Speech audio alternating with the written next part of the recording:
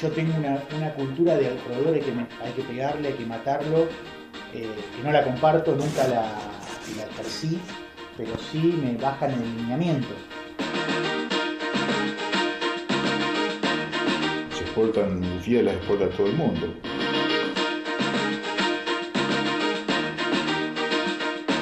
Laburo en Peugeot y ahora estoy en Volkswagen. Bueno, soy ingeniero y aparte mi pasión máxima es la historia. Yo me recibí de licenciado en historia.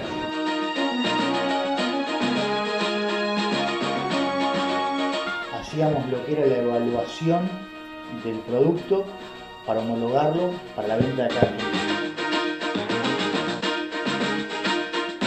Son sus proveedores fuertes. La producción que hacía Peugeot, Volkswagen, Toyota, Ford, ver qué cantidad tiene que comprar, hacer el diseño de la herramental para sacar esa pieza. Y he participado de reuniones donde son reuniones muy ásperas con los proveedores.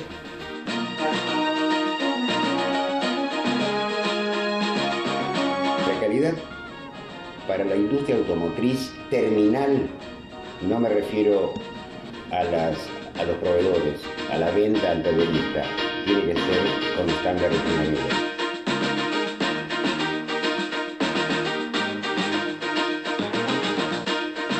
Ganas de vivir, de hacer cosas. Con eso vos cotizabas, y después supongo que Volkswagen, Peugeot cotizaban a otro autopartista, el más barato, era el que ganaba la pieza.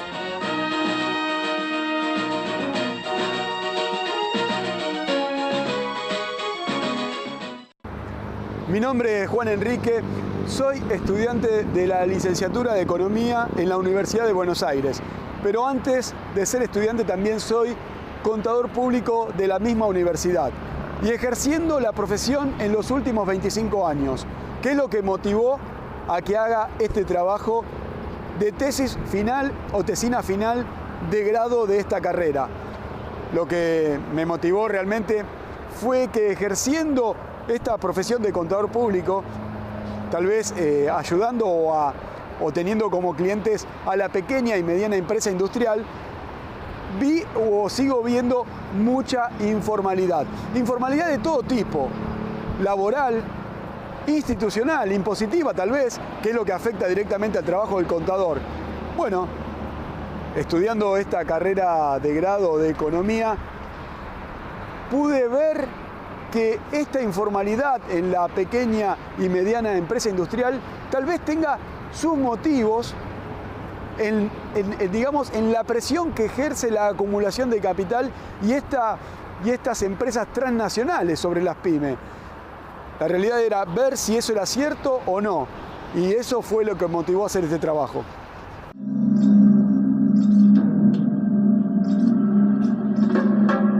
Y si analizamos el contexto económico de estos últimos 25 años, que como les contaba, yo ejercía la profesión de contador público, sigo ejerciendo, podemos ver que en este periodo hubo dos modelos económicos muy diferentes, pero en esos modelos económicos la acumulación del capital siempre se adaptó y siempre se pudo ver ese fluir de renta de excedente hacia los países del centro. Y la idea de este trabajo es explicar si ese fluir de renta hacia estos países del centro se hace a través de las empresas transnacionales.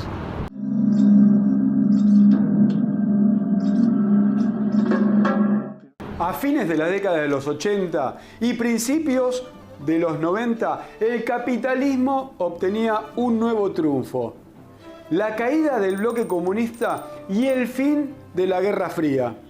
Se venía el consenso de Washington: eliminar restricciones al comercio, liberalización del flujo de inversiones, y ya para 1991, para abril exactamente, se hablaba de la presidencia de Carlos Menem. Y ahí se vino todo lo que sabemos: convertibilidad, privatizaciones, recuerdan el famoso 1 a 1. Y bueno, con estas privatizaciones, el ingreso de muchos capitales que muy pronto quisieran llevar sus excedentes a sus países de origen.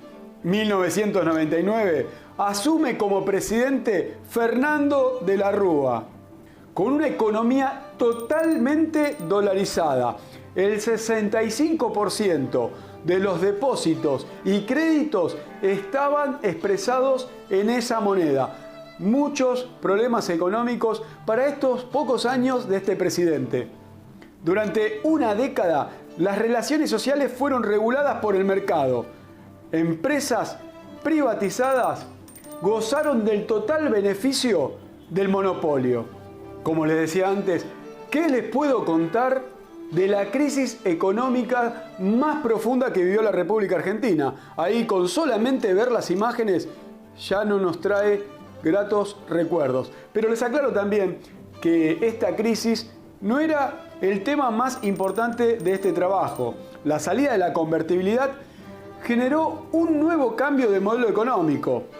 ¿Por qué no decirlo también, no? Un cambio en el modelo de acumulación capitalista. Claro, los resultados fiscales, las retenciones, la presión fiscal hicieron que el gasto público pase a ser el verdadero protagonista de este modelo, digamos, de inclusión social. Cuando miramos los números, el gasto público social era de 50 millones de pesos en los 80, 700 millones de pesos en los 90 y 2.500 millones de pesos ya para el año 2006. Y si consideramos que este gasto público es lo que vuelca el Estado de lo recaudado en retenciones y en cuestiones tributarias, podemos decir que es la renta contenida dentro de las fronteras de la República Argentina. Bueno, debemos saber también que la República Argentina cuenta con 270 millones de hectáreas, de las cuales el 50% se encuentra explotada agropecuariamente. Y este esquema de retenciones que el Estado Nacional utilizó en los últimos años, retenciones que se le efectuaba a las exportaciones, buscando varios efectos en la economía, entre los que se encuentra bajar el precio de los alimentos en el interior del país e intentar mejorar los términos de intercambio. Y como les decía antes, para que esos efectos de política económica sean realmente positivos, esos recursos que se vuelcan dentro de la República Argentina deben llegar a los consumidores, deben llegar a la gente. Por eso hablamos de que cuando esas retenciones y esa presión fiscal se derrama en toda la sociedad, hablamos de renta contenida dentro de la frontera de la República Argentina.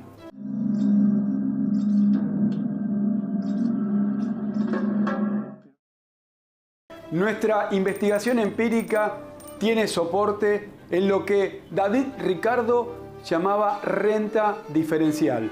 Claro, él hablaba de tierras con distinta productividad y de allí salía este diferencial en la renta, y que de esto dependía el valor del trabajo, y que para que no aumente este valor, él decía que se deberían importar alimentos de América, donde hay tierras productivas, así no poner a producir tierras improductivas en Inglaterra y evitar el aumento del valor del trabajo, y así el capital seguiría en su proceso de acumulación.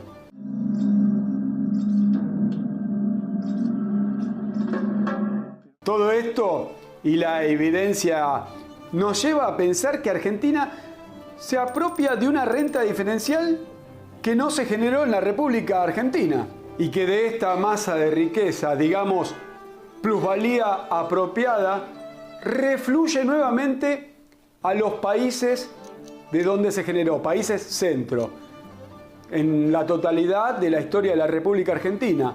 Pero particularmente yo quería referirme en este trabajo a los últimos 25 años. Y si hablamos de plusvalía, no podemos no hacer una breve reseña a Karl Marx sobre la formación de esta plusvalía, tanto relativa como absoluta. Él lo deja muy claro en su obra cumbre, El Capital. Y también por ahí al momento de leer o analizar este importante trabajo de este pensador económico del siglo XIX, no por qué pensar que al trabajador argentino se le paga por menos de lo que vale su fuerza de trabajo. Y en nuestro análisis también tomamos conceptos para ver si podemos comprobar esa transmisión de excedentes de una escuela muy conocida en los pensadores económicos, la escuela de la dependencia. Y por ahí desde su creador, digamos, su líder intelectual, Paul Baran, podemos recorrer varios autores como Frank, Marini, Dos Santos, y más allá de muchos cuestionamientos y diferencias entre ellos, se puede decir que la transferencia del excedente está prácticamente comprobada.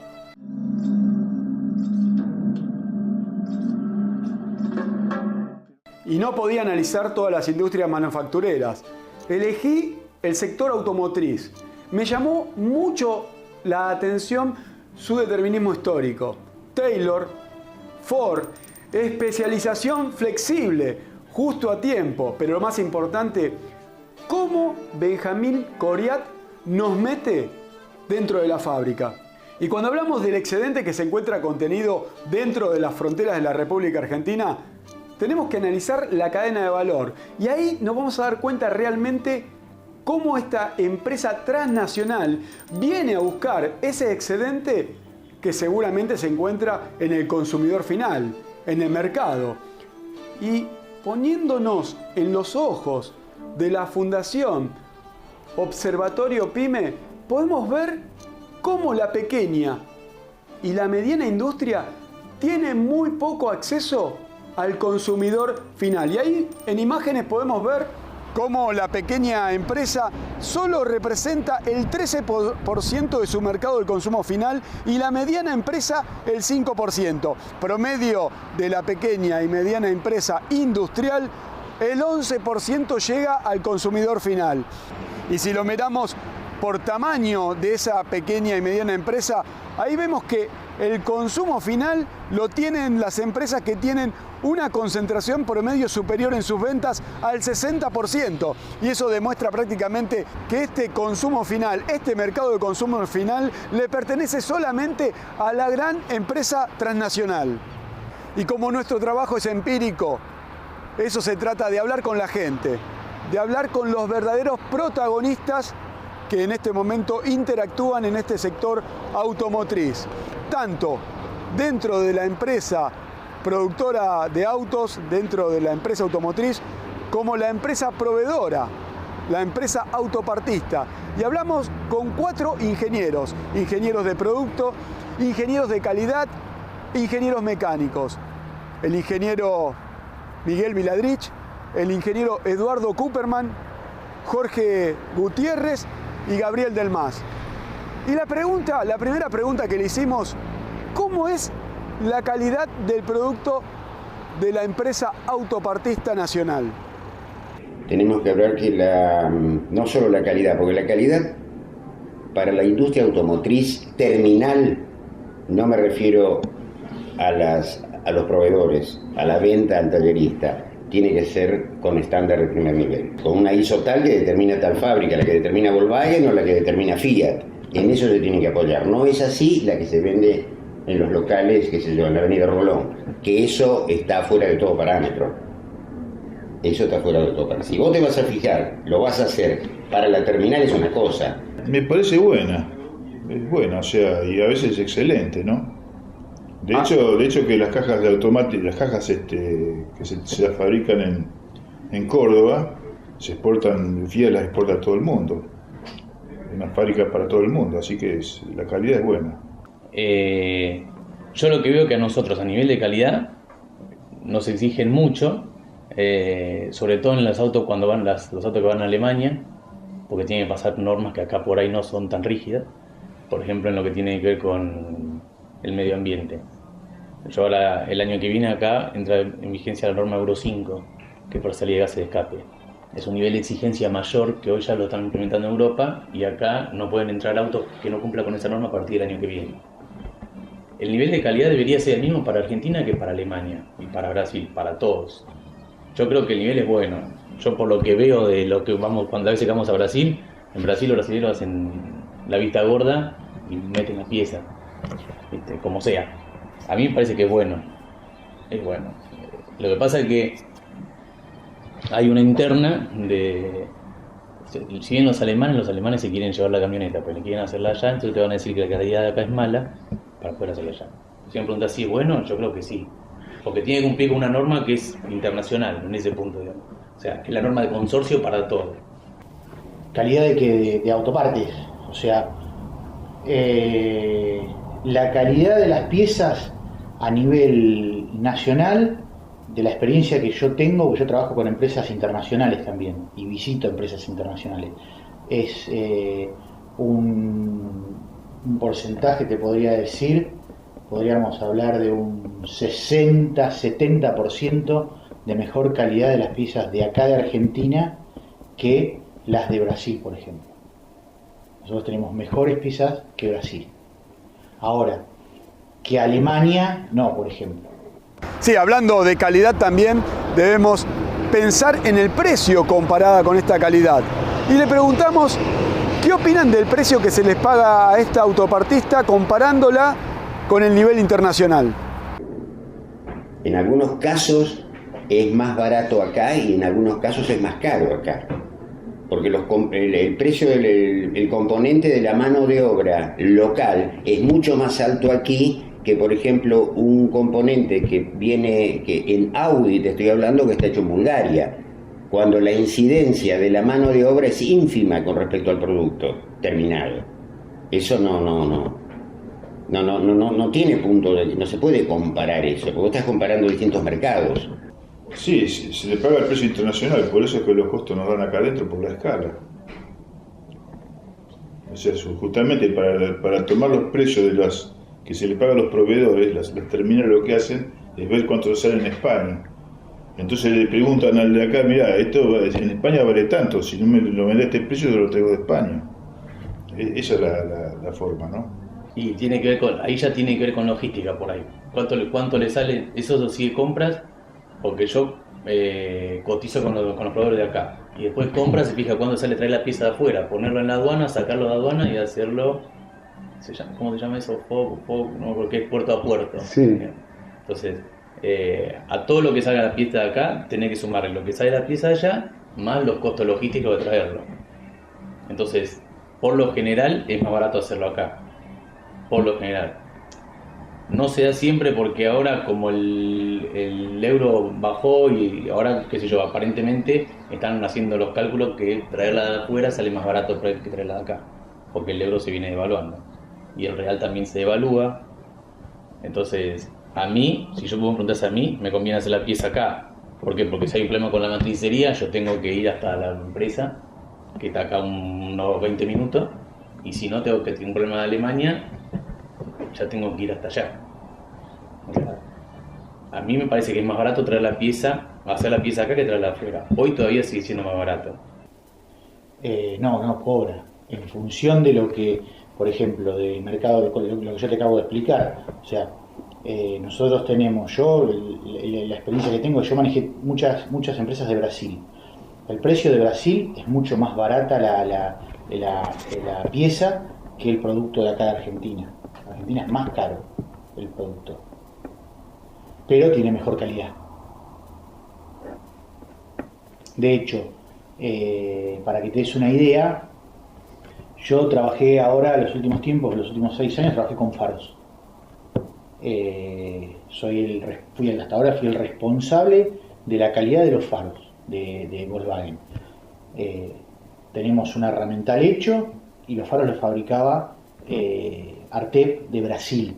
Yo iba constantemente a Brasil a ver los productos, todo. A raíz de todo este quilombo que hay acá en Argentina, que se fomenta la industria nacional y todo el problema de la exportación y todo eso, se desarrollaron moldes nuevos y se está fabricando el mismo faro en Córdoba, a pesar de que es más caro todavía. El precio, uno contra otro, es más caro, el de Brasil, el de Argentina, y se fabrica acá. Y este innovador sistema de inventarios que en su momento fue una innovación total, justo a tiempo, just in time. ¿Qué representa eso en la industria automotriz y cómo afecta a las empresas autopartistas? Yo trabajé en General Motors y en Chrysler. En Chrysler estaba directamente en la pregunta que me estás haciendo ahora. En Just in Time estaba en planificación, que nosotros trabajábamos con un programa de producción. Ese programa de producción tenía la cantidad de vehículos que se iban a fabricar a lo largo del mes, del año, de la quincena, de lo que quieras. Nosotros trabajamos de la siguiente manera. Le decíamos al proveedor,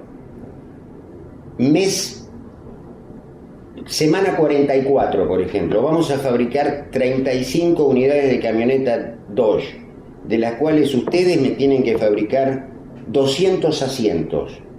Entonces el tipo tenía que preparar la materia prima para que dentro de 3 meses tenga los asientos en la punta de la línea de montaje. Y cada vehículo lleva cierta cantidad de partes, y de acuerdo al costo de cada parte era el stock que teníamos que tener.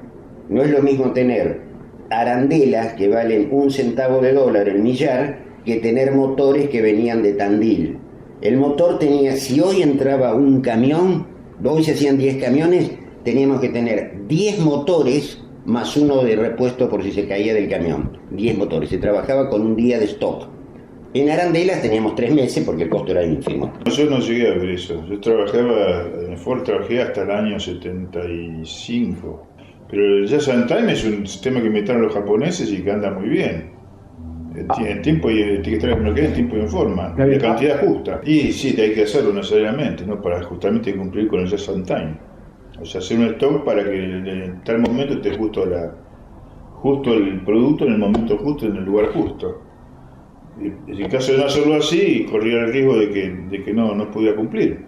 Tenía que hacer un aparato de tal eficiencia de producción que para poder cumplir con cero stock me sale más costoso que tener un cierto stock y cumplir directamente. Es un costo, lógicamente. Una cosa es pedirlo en el mes o más o menos, otra cosa es pedirlo en el momento justo, ni antes ni después. Y lo paga lógicamente, y todos lo pagamos los proveedores.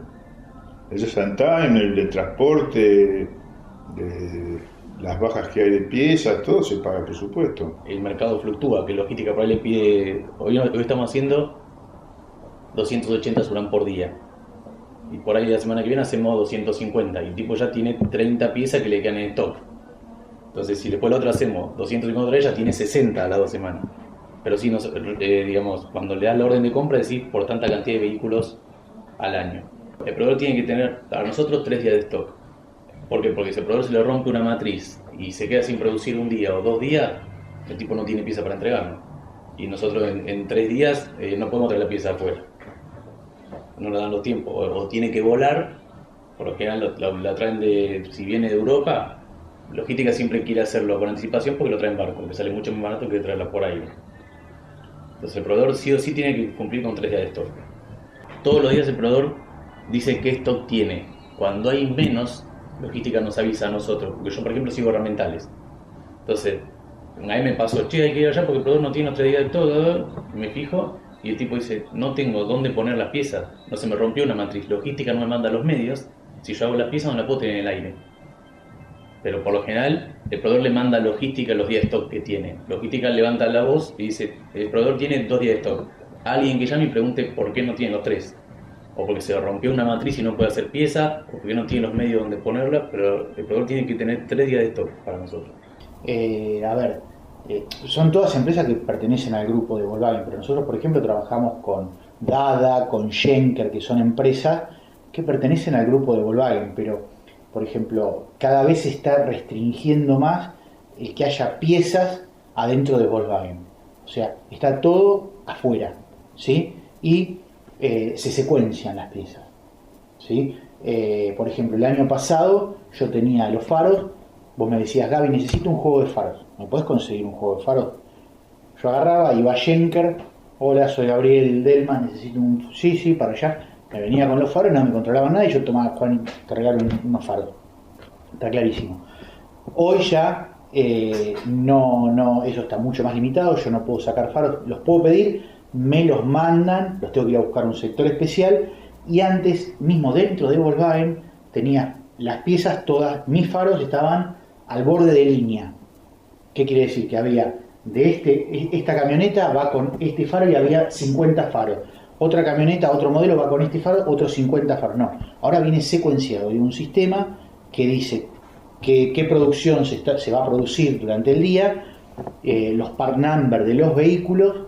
Cada vehículo tiene asignado un juego de faros y ya el tipo lo está en Schenker armando el pedido, sale un camión y el tipo que está a borde de línea, pic, baja para esta camioneta. El que viene atrás, pic, para esta camioneta.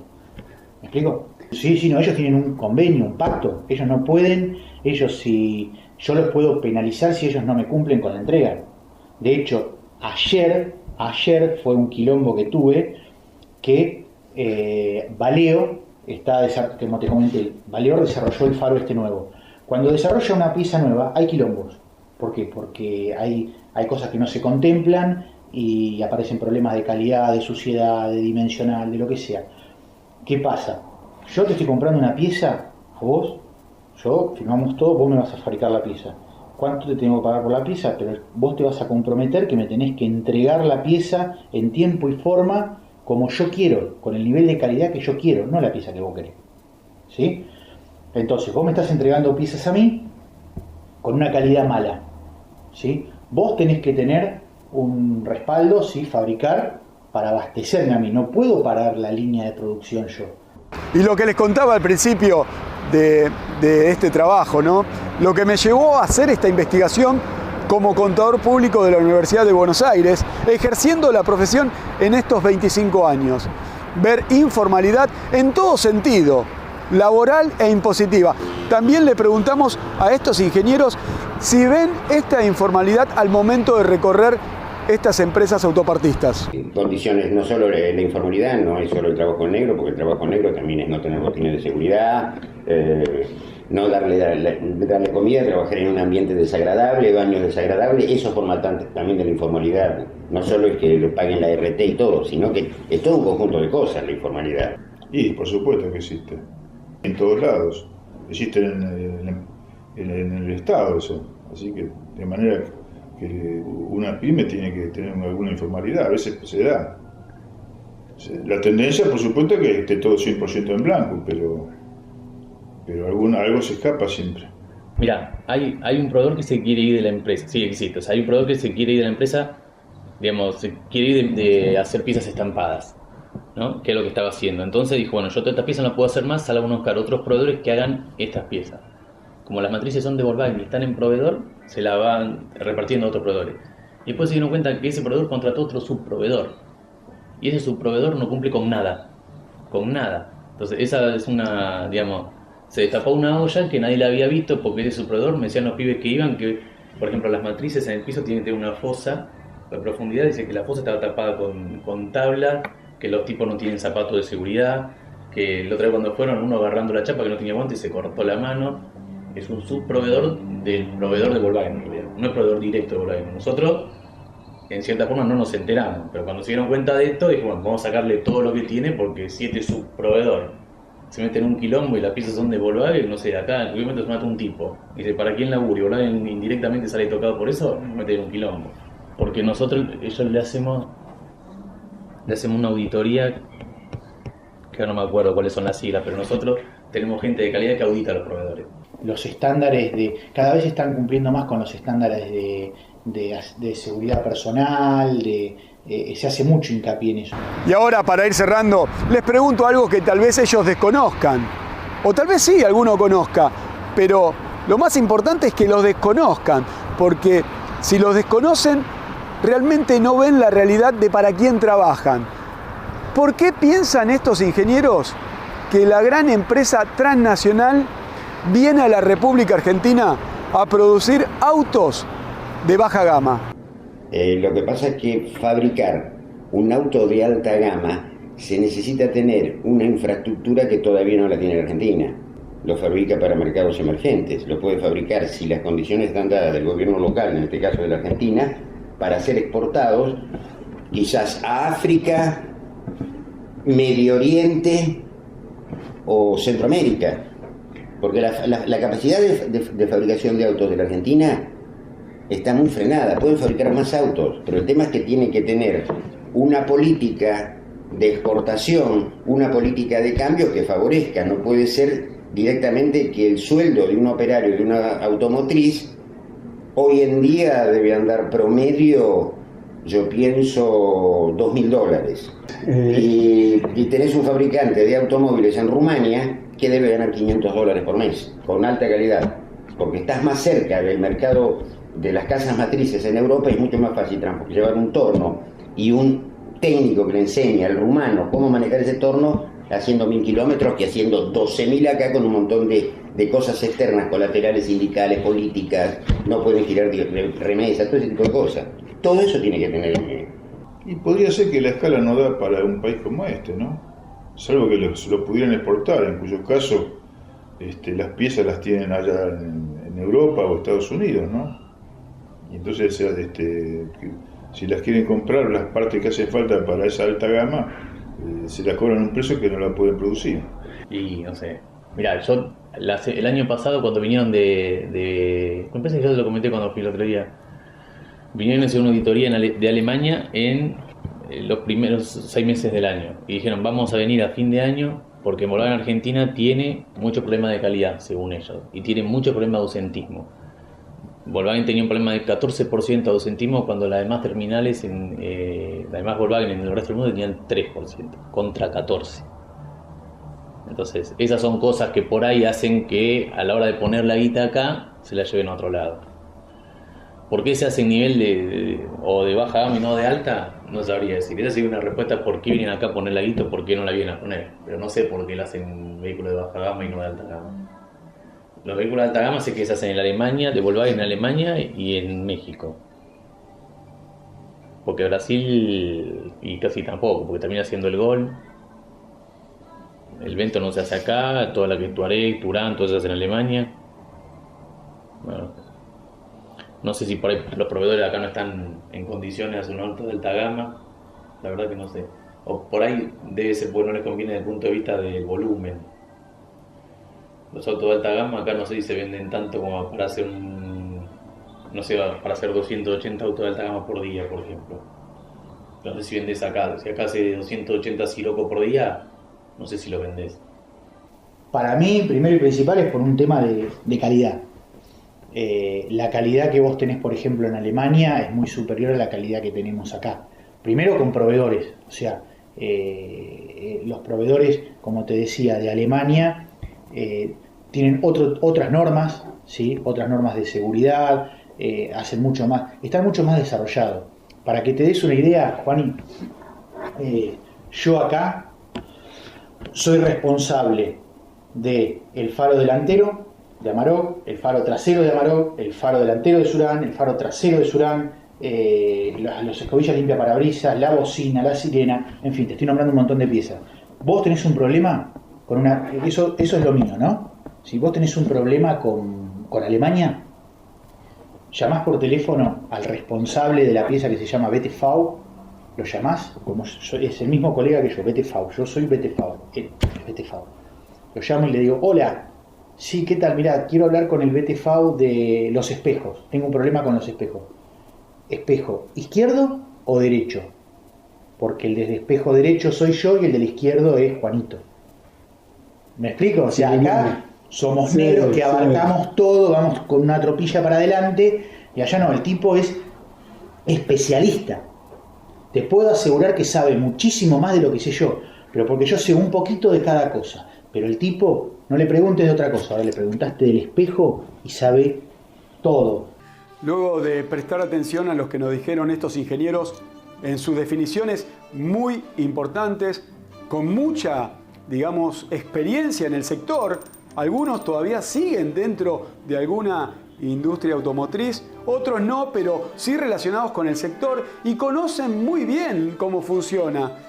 Podemos llegar a muchas y variadas conclusiones, ¿no? Sobre todo hablando de este trabajo. Por ahí no podemos afirmar realmente que estas terminales automotrices se estén llevando esa renta diferencial que estableció David Ricardo. Lo que sí sabemos que cómo funciona esta acumulación capitalista y realmente genera efectos muy nocivos para la pequeña y mediana industria nacional.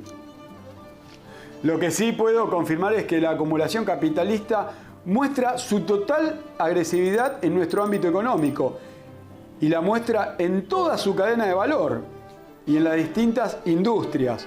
Podemos comprobar cómo estas multinacionales enfrentan la ley de tendencia de caída de las tasas de ganancias y utilizan cualquier herramienta que tienen a mano para poder vencerla, entre las cuales se encuentra la plusvalía relativa y también la absoluta.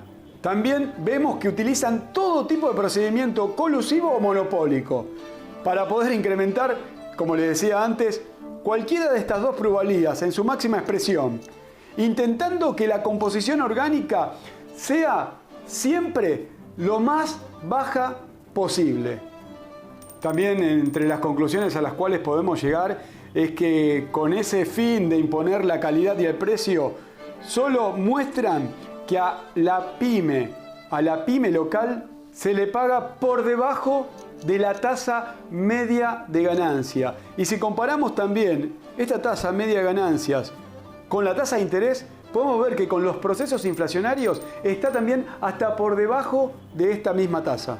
Y podemos confirmar que por el grado de informalidad descripto, en toda la cadena de valor, el capital paga por la fuerza de trabajo hasta por debajo de su valor. Y denominando a este sistema de inventarios justo a tiempo, just in time, como una de las herramientas de mayor innovación, siendo en realidad una de las peores armas que utiliza el capital en esta industria, castigando a nuestra pequeña y mediana empresa y a sus trabajadores.